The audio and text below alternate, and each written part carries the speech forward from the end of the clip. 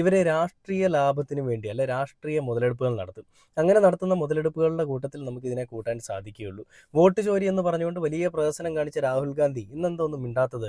ഇന്നിപ്പോൾ വോട്ടെല്ലാം കിട്ടി ജയിച്ചു വന്നിരിക്കുന്ന കോൺഗ്രസ് അവർക്ക് ആ വോട്ട് കിട്ടാനായിട്ട് പ്രധാന കാരണമായിരിക്കുന്നത് ഈ പറയുന്ന സംഘികളുടെ ഒരു ഇടപെടൽ തന്നെയാണോ എന്നുള്ള ചോദ്യം ചോദിച്ചു കഴിഞ്ഞാൽ മേ ബി നമ്മൾ അത് തന്നെയാണെന്ന് ഉറപ്പിച്ച് പറയേണ്ടി വരും. കാരണം ഏകദേശം കാര്യങ്ങളൊക്കെ അങ്ങനെ തന്നെയാണ് പോകുന്നത്. ഇപ്പം LDF ആരും ജയിക്കുന്നതെങ്കിൽ UDF വലിയ പ്രഹസനമായിട്ട് വരും. വോട്ട് തിരിമറി അല്ലെങ്കിൽ ഈ പറയുന്ന ഇലക്ഷനിൽ അട്ടിമറി നടന്നിട്ടുണ്ട്, ഇലക്ഷനിലെ ബാലറ്റുകളൊക്കെ കള്ളത്തരങ്ങളായിരുന്നു, എല്ലാം ഉടായ്പിൽ കൂടി ജയിച്ചെന്നൊക്കെ പറഞ്ഞുകൊണ്ട് വരും. എന്നാൽ കമ്മ്യൂണിസ്റ്റ് ആ രീതിയിലുള്ള കാര്യങ്ങളൊന്നും പറഞ്ഞുകൊണ്ട് വന്നില്ല. അവർ കിട്ടിയ തോറ്റെങ്കിൽ ആ തോൽവിയെ സമ്മതിച്ചുകൊണ്ട് തന്നെ വീണ്ടും നല്ല രീതിയിൽ മുന്നിലേക്ക് വരാൻ വേണ്ടിയിട്ട് പുലി പതുങ്ങുന്നത് ഒളിക്കാനല്ല കുതിക്കാനാണെന്നൊക്കെ പറയുന്നത് പോലെ വീണ്ടും നല്ല രീതിയിൽ ശക്തി ആർജിച്ച് മുന്നോട്ട് വരാൻ വേണ്ടിയിട്ട് അവരും തയ്യാറെടുപ്പിൽ നിൽക്കുകയാണ്.